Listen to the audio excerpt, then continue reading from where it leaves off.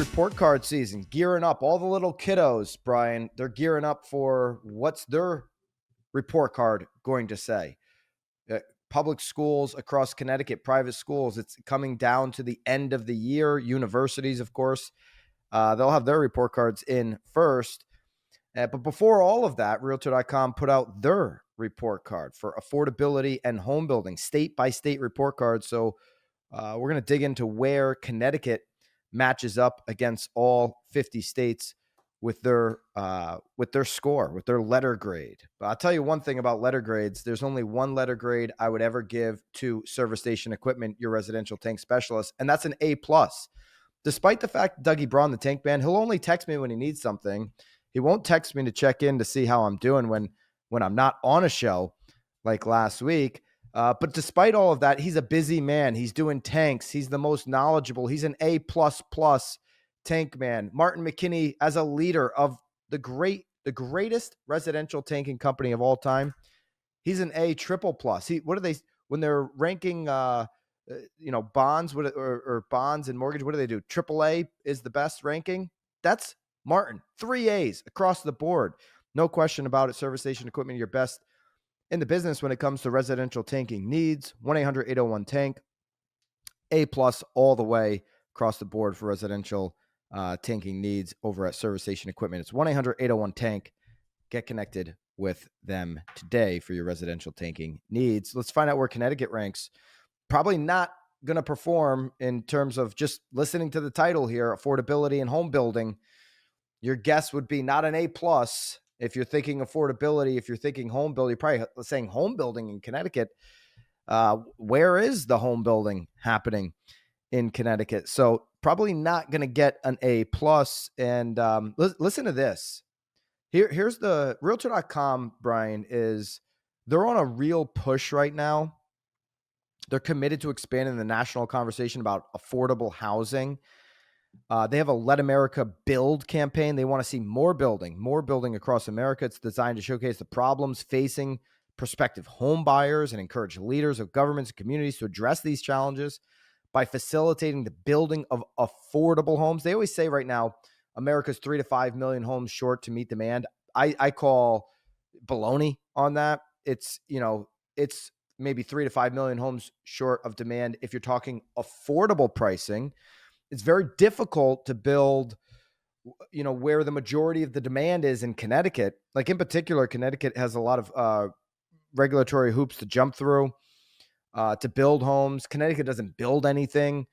Relatively speaking, we bring about 2,000 new units.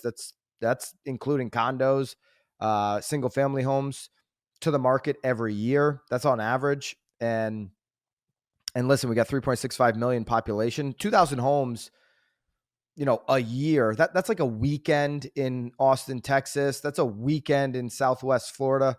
And throw up 2 million homes, or 2 million, throw up 2,000 homes very quickly. Realtor.com, they run with that number right between the 3.5 million supply gap. They call it 4 million is what the U.S. is facing, but it's all affordable homes. More than 50% of the sales happen under 500,000. Yet Connecticut has an average price point over 500,000. They have a median list price right now over 500,000. So very difficult to meet demand, but this is how the scoring goes. If you're curious, they applied a curve to the distribution of scores, which here's the scores. Realtors affordability score, 25%. Median earners share of income spent on median priced listing, rank low to high, that's 25%. Permits to population ratio, this is where Connecticut's going to get crushed. That's 40%. So housing permits to the population ratio, I just gave you, we complete about 2,000 units a year per 3.65 million population. So we're going to score very low on that in comparison to other states. New construction premium ranked low to high, that's 10%. So to get an A+, you only need a score out of those four metrics of a 77.5. I mean, I wish Griswold High School would have adopted that when I was going to GHS. 77.5, I mean, I wouldn't be getting A+, but I wouldn't have been in the D- category. I mean, a D- was 30 to, on this metric, it's 30 to 32.5. I was doing better than a 30. I mean, I was getting 65s. 65 on this scorecard was a B. 62.5 to 67.5. So a B, that would have been fantastic. I would have been bragging about B's. B's across the board. Brian, what were you? You were in the 90s, right? You were excelling this A+ metric. I was a good student. I figured. I'm a dork. As much. All right. So there's the criteria.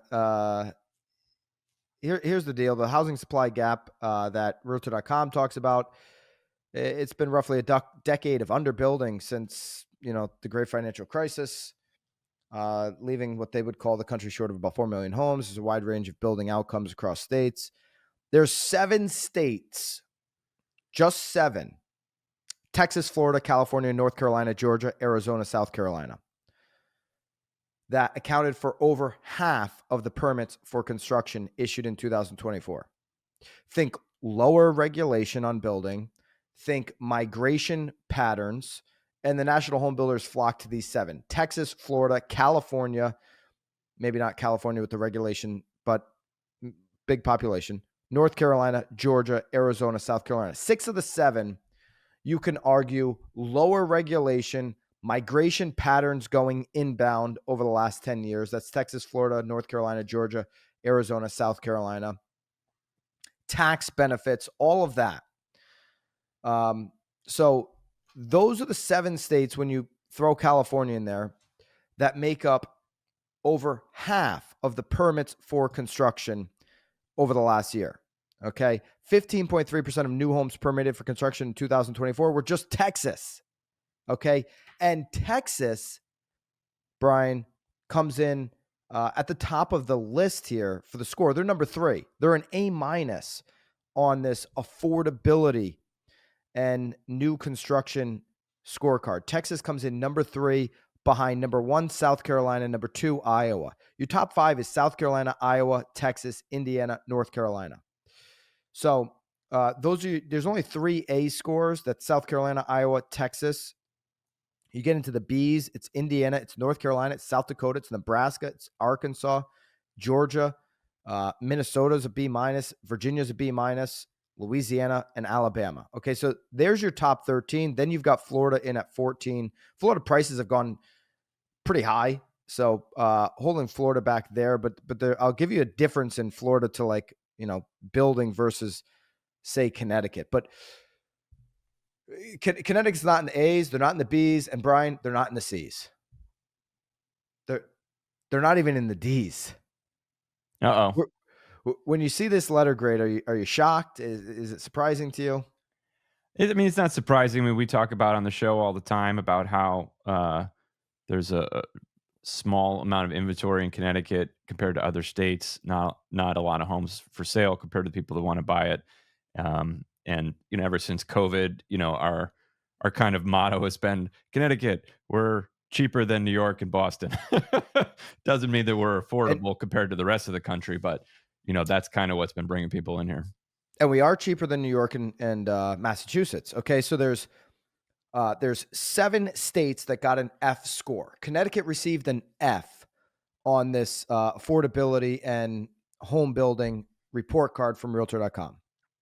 The 7 states with an F are Oregon at 45 out of the, I always say there's 50 states because that's how many there is, but everybody throws DC in there. So Realtor.com sucking up to DC. They got 51 here on the list. So out of the bottom 7, Oregon comes in at 45, Connecticut 46, California 47, Hawaii 48, New York 49, Massachusetts 50, Rhode Island, sorry, Rhode Islanders, 51. Kind of makes me smile a little bit. Sorry, my Rhode Island friends. Connecticut, a better F than New York, Mass, and Rhode Island. If you're going to have an F, at least have a better F than your neighbors. Hey, I did a little bit better. I was the teacher's pet, at least, when it comes to our F grades. So Connecticut's median list price per Realtor.com, $517,000. That's better than New York, $664,000. That's better than Massachusetts at $781,000. And so the demand in Connecticut is still very strong. We've got the lowest inventory across 50 states. We don't build, right? That's one of the problems. We don't build, but we have demand because New York and Massachusetts have become so unaffordable for first-time home buyers and people starting a young family and these types of things that it New Connecticut still, when in comparison, looks. I mean, we're even a lower listing price, average listing price, median, sorry, than Rhode Island, 517,000 versus 537,000. Much better state than Rhode Island, by the way. Connecticut, basically across every metric, besides I guess the Atlantic Ocean, Long Island Sound versus Atlantic Ocean. But what do you get? 8-9 months of swimming in the ocean, or 8-9 weeks rather, swimming in the ocean. So I'll take Connecticut over Rhode Island any day of the week. And Connecticut, more affordable, which is why it's ranking higher on this than all neighboring states. I get it. Affordable is relative, and some of these numbers are going to be really unaffordable for most.